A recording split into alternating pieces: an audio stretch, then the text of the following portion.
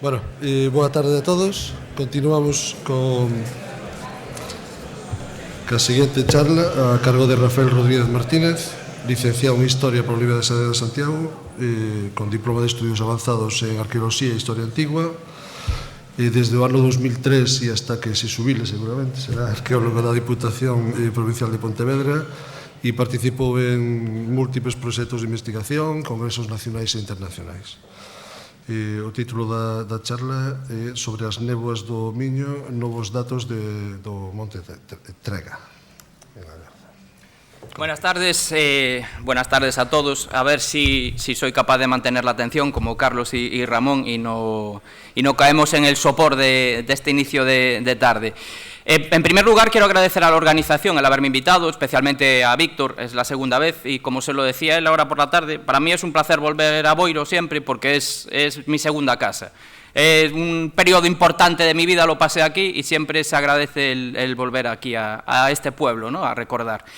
Es difícil venir a hablar del Monte Trega y aportar nuevos datos. Es el yacimiento arqueológico más visitado de Galicia, posiblemente el más retratado, o al menos una parte de él, pero yo creo que siempre hay cosas que contar y siempre hay cosas que soltar. Igual que Chando Cerqueiro o Coto de Espiño, nosotros no tenemos todavía posibilidad de contar datos cerrados, ¿no? Lo que voy a hacer es presentar toda una serie de datos, alguna cosa ya podemos ir soltando, pero bueno, aún estamos en un proceso de tratamiento de toda la información que hemos generado, que la verdad que fue una intervención muy potente y a nivel de datos una auténtica animalada gestionar 42.500 piezas en excavación, más de 600 unidades estratigráficas, etcétera, etcétera, etcétera. Claro, lo que decía, nuevos datos en Santa Trega o Santa Tecla, es complicado, era complicado. Nosotros cuando planteamos la intervención, por supuesto hay que leer a todos estos señores que están aquí en la pantalla. Las excavaciones en el Tecla empiezan en 1914 de la mano de Ignacio Calvo, que es este señor de aquí. Y empieza a excavar. Después le sigue Mergelina, Tamuxe anda también por allí, Antonio de la Peña es el último gran excavador del Tegra, y pongo también la foto de Xulio Carballo, porque él hizo una revisión de los materiales depositados en el Museo Arqueológico de Santa Trega. Con lo que ellos publican en su momento, con los resultados de sus excavaciones y demás, nosotros nos hacemos una idea más o menos aproximada de lo que tenemos entre manos. Si nos vamos a las excavaciones más antiguas, tanto de Calvo como de Cayetano de Mergelina, tenemos un yacimiento de mediados de la Edad del Hierro, en torno al siglo VI antes de Cristo aproximadamente, 5 o 6 antes de Cristo, y que perdura hasta el siglo III después de Cristo, hasta época tardorromana. Xulio, en la revisión de materiales del museo, también nos deja algún dato. Hay una serie de elementos, una serie de materiales que nos llevan también a un siglo VIII antes de Cristo.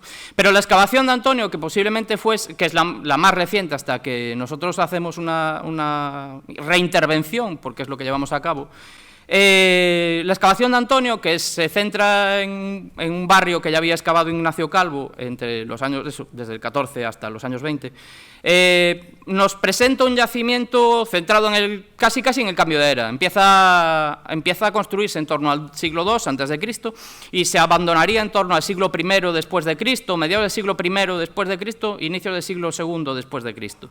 Un yacimiento con unas dimensiones, bueno, también un tanto peculiares, porque no está perfectamente definido, a pesar de que con la redacción del plan director a cargo del equipo de Mario Crecente, ya hay una teoría de aproximación hasta dónde podría llegar el yacimiento y demás, pero bueno. Otra de las cuestiones que está en el aire es la Citania de Santa Trega. Se habla de castros. Acabamos de ver un ejemplo de un castro raro, pues en el caso del Trega no es un castro, eso está claro, es algo mucho más potente, ¿no? De las excavaciones antiguas, nuestra intervención, que finalizó hará un año, ahora en marzo, nuestra intervención se centró en lo que se denomina el barrio de Mergelina, de la cual teníamos muy poca información. Este sector fue excavado entre 1928 y 1933, Y hay muy pocos datos publicados, aparte de esa pequeña monografía, donde centra más, aporta más datos de lo que es la parte conocida o más conocida de Santa Trega, del barrio Calvo, de donde están las reconstrucciones de las cabañas y demás. Pues de la parte de Mergelina, de Cayetano de Mergelina, teníamos muy pocos datos porque él, dando clase en la Universidad de Valladolid, pues el departamento donde él daba clase sufre un incendio y la gran parte de la información de las excavaciones de Santa Trega se pierden, ¿no? O aparentemente se pierden. Ahora, rebuscando en archivos, hablando con familiares y demás, bueno, pues ya estamos empezando a coger alguna cosilla más perdida por ahí. Pero realmente hay muy poquito. Sabíamos que era una zona donde se concentran una gran cantidad de labras y de elementos arquitectónicos decorados, y después donde hay un edificio peculiar, ¿no? Un edificio rectangular con una ampliación en triángulo, bueno, que estaba por definir. Nosotros en la excavación le llamábamos como el edificio Mergelina, ¿no? Pero realmente no era el edificio Mergelina, es el edificio de todo el mundo que pasó por este sector a excavar, porque todo el mundo excavó ahí, excavó Mergelina, excavó Calvo, excavó todo el mundo que pasó por allí. Pocos elementos, ya digo, muy pocos elementos de esta zona en la que nosotros desarrollamos nuestra intervención, alguna fotografía antigua que se conserva, vecinos de Camposancos, que nos han facilitado también fotografías sobre todo de inicios de los años 30, pero que nos valen para ver eso, 4 estructuras y poco más, y ver a las señoras vestidas de negro trabajando como jabatas en las laderas del Trega. O postal, esta postal es genial porque nosotros cuando llegamos allí nos lo encontramos lleno de vegetación, pero es tal cual, salvo la escombrera de piedras que tenemos ahí al fondo, que estaba perfectamente camuflada con el paisaje, nos dio algún quebradero de cabeza que otro. Lo que decía, esta es una planimetría de inicios del año 2000, en la que se recoge más o menos lo que se cree que es el plano de Santa Trega. Vamos a ver que es mucho más complejo, ¿no? Tenemos ahí una muralla que delimita una zona de ocupación bastante amplia, bastante potente, que parece más un bastión del siglo XVI o XVII, de época moderna, por esos quiebros en V que presenta por un lado y por el otro, con 2 accesos, sector norte o puerta norte, puerta sur, y el sector central, o barrio Mergelina, que fue donde desarrollamos nosotros nuestro trabajo, ¿no? Pero eso, una muralla peculiar, bueno, toda una serie de cosas que iremos viendo ahora poco a poco. En el 2013 llevamos a cabo la primera aproximación al barrio Mergelina. Ya era más que de conocido, o sea, sobre el sector Mergelina ya se habían realizado varias limpiezas y demás, pero está colonizado por acacia y es una de las peores pestes que podemos tener en el Monte Gallego, con lo cual, en un par de años que la zona deje de limpiarse, vuelve a salir arriba la acacia, con lo cual tuvimos que realizar en el 2013 una primera limpieza.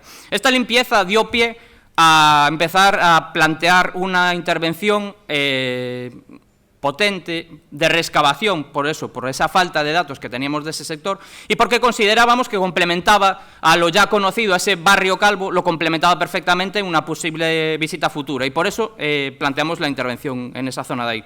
Esa es la fotografía aérea una vez llevados a cabo las tareas de limpieza, y todas esas estructuras que teníamos que reexcavar y limpiar, y así empiezan los trabajos. Lo que decía, 42.500 piezas, pero claro, es que la superficie de actuación que habíamos planteado era en torno a 2.000 metros cuadrados. Al final redujimos, no mucho, pero redujimos en torno a 1.800 metros cuadrados, y 9 meses de intervención, lo que dura un embarazo estuvimos nosotros en Santa Trega excavando, ¿no? Poco a poco fuimos limpiando las estructuras y demás. Es la segunda reexcavación que llevo yo a cabo en un yacimiento arqueológico. La primera fue en Alanzada, de la cual también hablé aquí hace unos años, y después esta de Santa Trega. Con muy pocos datos publicados, con muy pocos datos que pudiésemos sacar de restos de antiguas memorias o de anotaciones o demás. Y es raro, porque lo que tenemos que hacer no es una excavación arqueológica al uso, tenemos que hacer una excavación arqueológica de una excavación arqueológica para después meternos en terreno arqueológico propiamente dicho. Y así nos encontramos cuestiones como esta. En superficie, ya ven que a 20 centímetros, nos empezamos a encontrar con unas cantidades de material arqueológico muy llamativas, que no es material arqueológico propiamente dicho, sí lo es, pero son los desechos de la excavación de Cayetano de Mergelina, de las excavaciones, de las campañas de Cayetano de Mergelina, son los desechos de sus excavaciones. Pero claro, esto de entrada, cuando empezamos a llevar a cabo la intervención, esto de entrada nos choca bastante, sobre todo eso, esas acumulaciones que hay. Mayoritariamente ánforas romanas, lo que desde el punto de vista tipológico friki son Halter 70 mayoritariamente, y acumuladas en el entorno de las estructuras. Ya tenemos la metodología arqueológica perfectamente definida de las excavaciones de Mergelina, excavación del interior de las estructuras y la escombrera al exterior. Estaban vaciadas, las estructuras interiormente estaban totalmente vacías, en las que nosotros intervenimos al principio. Ya nos encontramos que estaban totalmente vacías, con los pavimentos que habían quedado a la vista, ahora ya estaban cubiertos otra vez por una pequeña capa orgánica y demás. O sea que bueno, parecía que iba a ser una intervención rápida, fácil, más propia de los Navy Seals que de un equipo de arqueología, pero al final acabó convirtiéndose en una campaña de excavación realmente compleja y además la orografía del lugar no ayudó en absoluto. Nos centramos, no voy a hablar de todo lo que tenemos, no voy a hablar de todos los datos que tenemos, sino que voy a centrarme en pequeños retales, ¿no?, de lo que fue la intervención. El primero, el edificio Mergelina, lo que nosotros llamamos edificio Mergelina, que ya sobre la fotografía antigua y sobre la planimetría parecía una cosa rara. Vale, un edificio rectangular con un anexo hacia el este en forma más o menos, con una planta más o menos triangular, pero con muros internos y externos, como este de aquí, que nos podían decir varias cosas, o que tenemos una estructura con divisiones internas, o que lo que teníamos era una estructura superpuesta a otra serie de estructuras. Problema obvio, cronología de esta estructura, funcionalidad, no es dentro del mundo de la Edad del Hierro, dentro del mundo de los castros, lo acabamos de ver, el mundo de los castros viene definido por construcciones circulares, pues esto no tiene nada de circular. Y los aparejos, pues tampoco, el aparejo también cantaba algo raro. Y empezamos la excavación. Para nuestra desgracia, el nivel de ocupación de este edificio Mergelina, digámoslo así, estaba, como podíamos sospechar, totalmente pulido. No teníamos nada, quedaba un pedacito del pavimento, un pavimento de Chabre, si es verdad, muy bien trabajado y demás, pero no teníamos absolutamente nada, con lo cual, a nivel funcionalidad, complicado, a nivel cronología, complicado. Después veremos que no es tan complicado, ¿no? Pero centrándonos solamente en este edificio singular y tampoco castrecho, pues lo teníamos complicado. Poder decir a qué se dedicaba este edificio, no lo sabemos. ¿De cuándo es este edificio? Ahora lo sabemos, pero bueno, eso me lo guardo para el final de todo. Pero en ese momento no lo sabemos. Lo que sí que tenemos es que este edificio está amortizando estructuras anteriores. Esto es lo primero que nos llama la atención.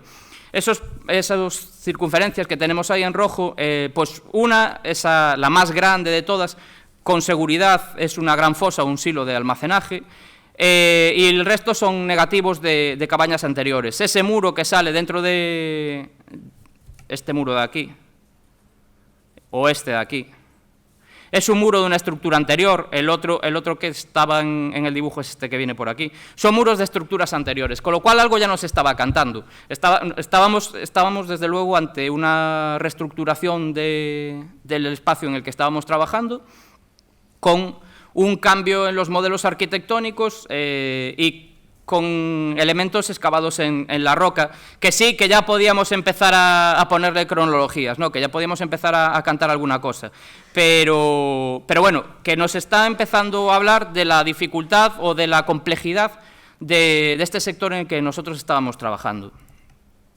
Y no es raro, ahí tenemos paralelos en Castro Vieito, en Actividad de Áncora o en Montemosiño, tenemos estructuras rectangulares con anexos más o menos que nos hablan de que existe, de que no es algo raro dentro de lo que nosotros teníamos delante, dentro de ese cambio de era, ¿no? Según lo que Antonio La Peña dice para el barrio Calvo, pues no era algo raro, ¿no? En el norte de Portugal tenemos estructuras muy similares, y ya digo, el Castro do Vieito, que es una excavación más o menos próxima a Santa Trega, pues teníamos paralelos similares. El problema que tenemos con estas estructuras sigue siendo la funcionalidad. ¿A qué están dedicadas estas estructuras rectangulares en medio de toda la construcción circular?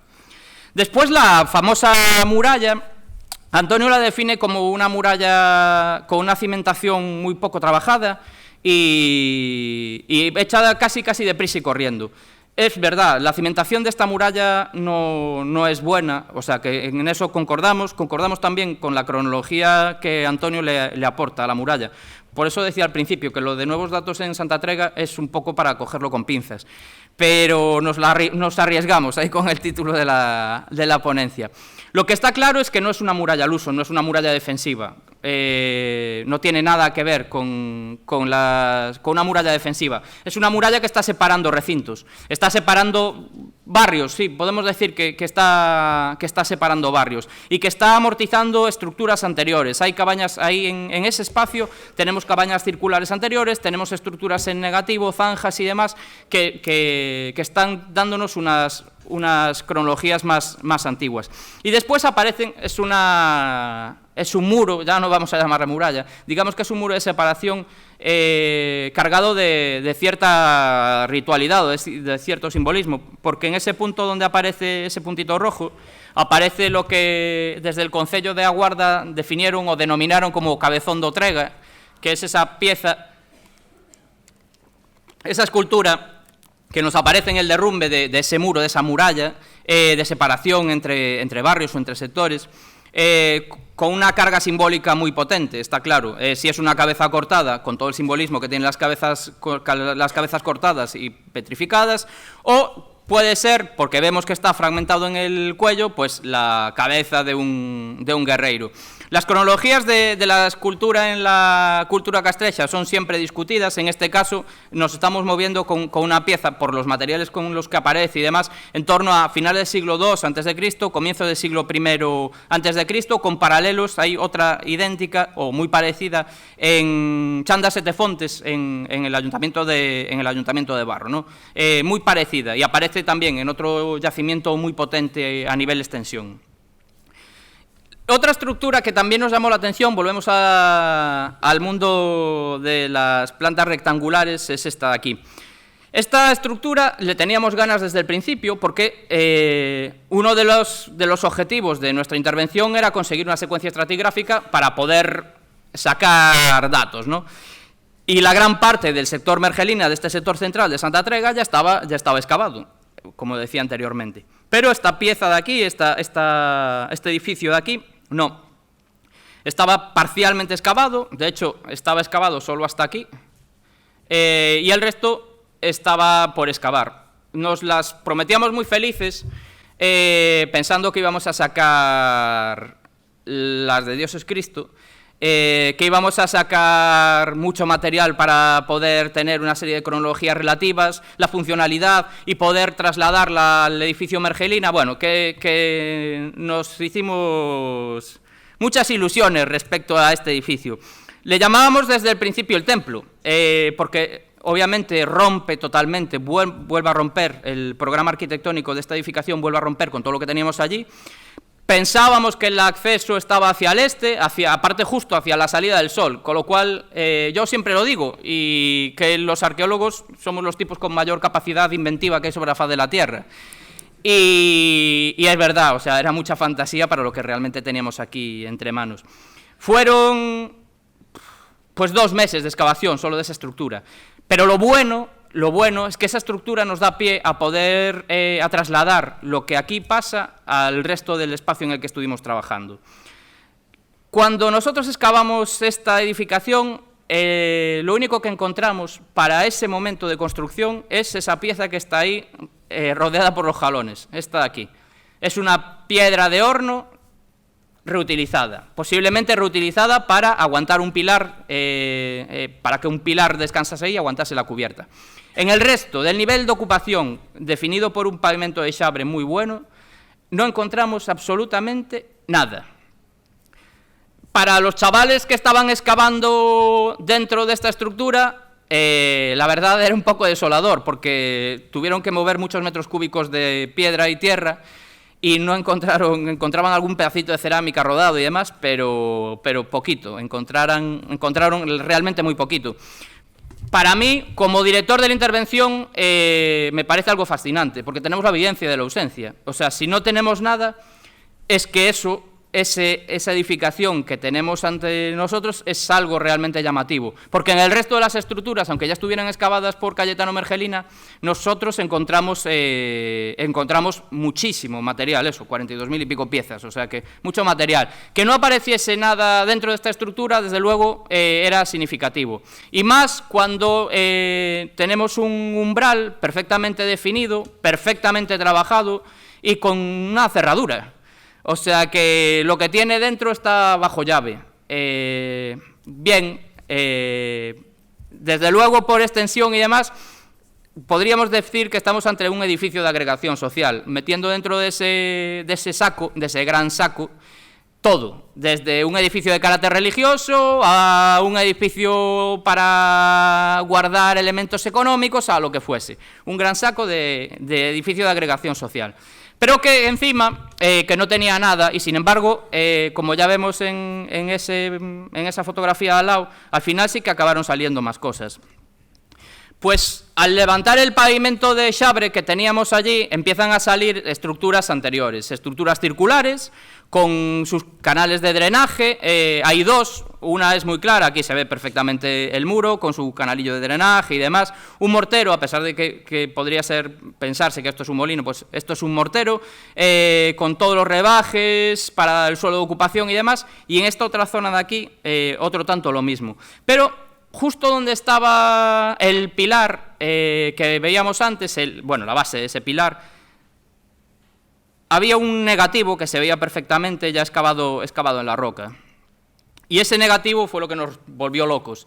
Está aquí vemos la piedra, cómo empieza a definirse el negativo y cómo el negativo acaba configurándose en lo que salió publicado en la prensa como la Gruta del Tegra.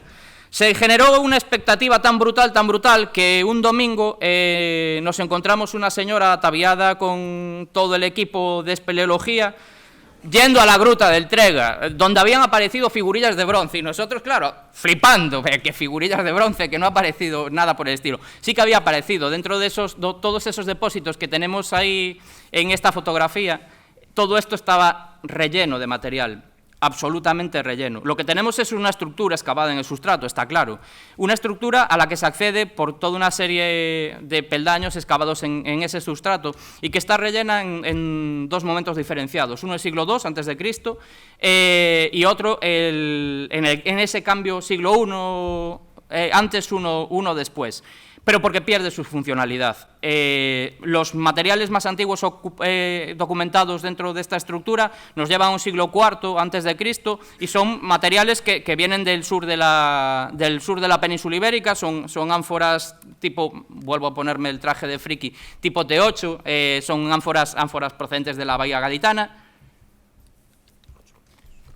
y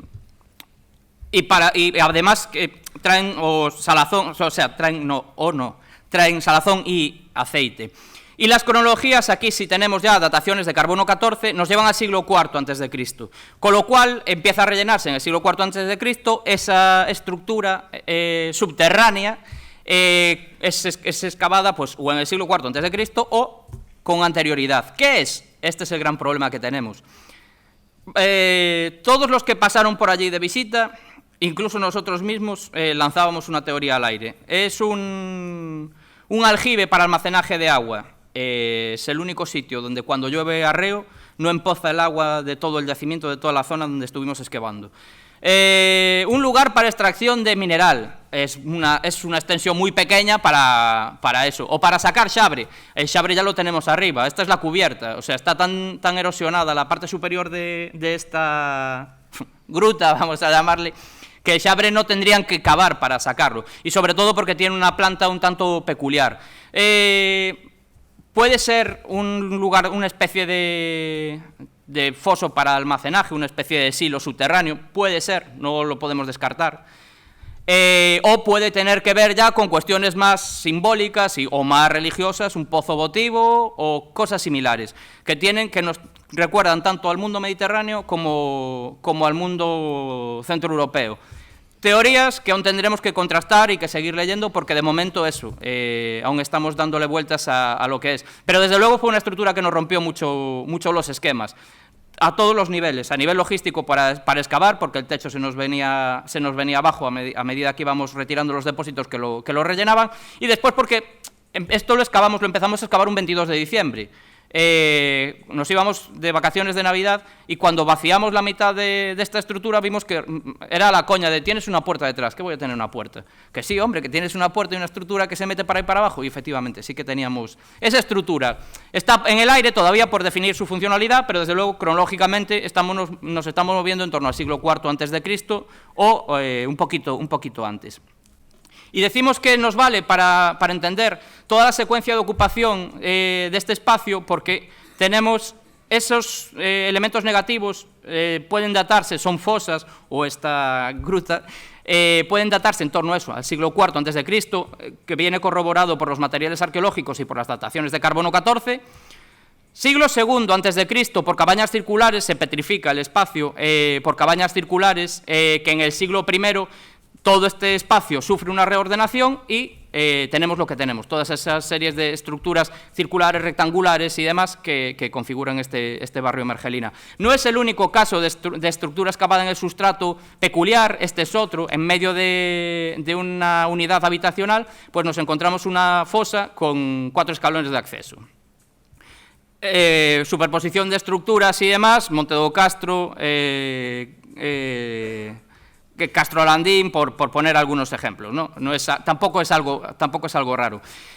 Urbanismo caótico. Hablamos de urbanismo caótico en Santa Trega. Cada vez que se habla de la Citania, Castro, Oppidum o demás de Santa Trega, se habla de urbanismo caótico. Y viendo la fotografía aérea del sector Calvo, que es, vuelvo a decir, el más visitado de todos, aparentemente sí es así. No hay unas calles perfectamente definidas y solamente hay 2 callejones más o menos claros, ¿no? Eso sí, hay un muro que lo circunda todo y lo delimita todo. Y todo se articula en torno a unidades habitacionales, con su casa, su almacén, sus espacios de trabajo y demás. Este sector que nosotros hemos excavado, ya solo por la fotografía aérea, ya canta cosas diferentes, ¿no? Tenemos por lo menos 4 rueiros o 4 callejuelas que componen este espacio.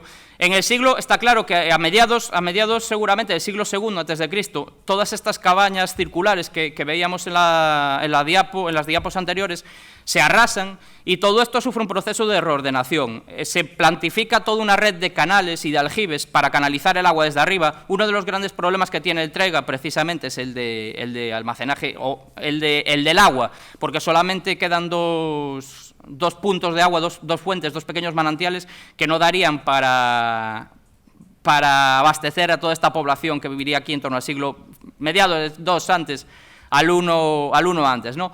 Todo este espacio pues se acondiciona con toda una red de canales y de aljibes, con 4 callejones en el área que nosotros excavamos y una muralla o murete que está separando este recinto en el que estamos nosotros del otro recinto de al lado, con zonas de aterrazamiento, con 2 muros que están dividiendo el espacio de manera aterrazada. Están generando grandes aterrazamientos, en los cuales se construye. Todo esto, vuelvo a decir, se produce en torno al siglo I antes de Cristo. Voy volando que me come el tiempo. En esta intervención lo que vemos también muy claro son las diferencias. Ya vemos que hay un plan urbanístico, digamos que es el primer pechón que hemos detectado hasta ahora en la arqueología gallega, pues lo tenemos aquí en el Trega, donde hay una clara diferencia entre los espacios públicos y los espacios privados. Los espacios públicos son estos rueiros a los que dan las unidades habitacionales que se cierran en torno a ellas. Lo que pasa dentro, ya vemos que se organizan en torno a patios más o menos enlosados y demás, pero lo que pasa ahí dentro está aislado del exterior porque todas esas estructuras están cerradas por muros, pero sus accesos están a la calle y en medio el edificio Mergelina, que seguiremos sin saber qué es, con paralelos en Montemosiño, en San Cibrán de Las, en Briteiros o en San Fis, ¿no? Vemos que no es este tipo de urbanismo, se reproduce en torno al siglo, en el siglo I antes de Cristo, siglo I después de Cristo. A nivel materiales, tenemos un mix perfecto entre, digamos, materiales indígenas y materiales e importaciones. Este es un ejemplo de materiales indígenas donde vemos que hay cosas, eso, desde el siglo IV antes de Cristo, como acabamos de ver, como nos contó Carlos ahora, y sobre todo elementos en piedra. Es singular o muy llamativa esta pieza de aquí. Esto es lo que se conoce como un nudo de Salomón, que nosotros nos lo encontramos en la escombrera de piedra de Cayetano Mergelina, publicado en ese libretito que hay sobre el Castro de Santa Trega, dibujado por Mergelina, pero desaparecido, no estaba dentro de los materiales del Museo de Santa Trega ni nada por el estilo, y nosotros lo encontramos en la escombrera de Mergelina que nosotros excavamos. Toda una serie de elementos que nos hablan de la vida cotidiana en la Edad del Hierro y demás. Y, por supuesto, eso, los elementos de importación que son cuando menos llamativos. Solo encontramos 3 monedas, pero magníficas, las 3 monedas, las 3 de la dinastía Julio-Claudia, Augusto, Claudio y Tiberio, o sea, perfecto. Lucernas, elementos que nos hablan de cambios de costumbre y demás, tanto lucernas en cerámica común, vamos a llamarlo así, como lucernas en producciones campanienses, cerámica común romana, sigilatas, con sigilos, con sellos bastante llamativas, y después esta pieza que podemos considerarla como el primer epígrafe que hemos documentado nosotros en este sector de aquí. Y encima es llamativo, porque es una C invertida, o sea que cuando menos es llamativo y nos va a dar que pensar. Y después ánforas, una cantidad de ánforas brutal, ya digo, desde las T8 que nos llevan al siglo IV antes de Cristo hasta todo el repertorio de ánforas altoimperiales que nos podamos imaginar. Estos son algunos ejemplos de lo que nosotros encontramos, y para hacernos una idea, digamos que este es el repertorio de las ánforas republicanas y altoimperiales que nos encontramos en Santa Trega, ¿no? Desde las Dressel 1, 2, 4, aceite, vino y salazón.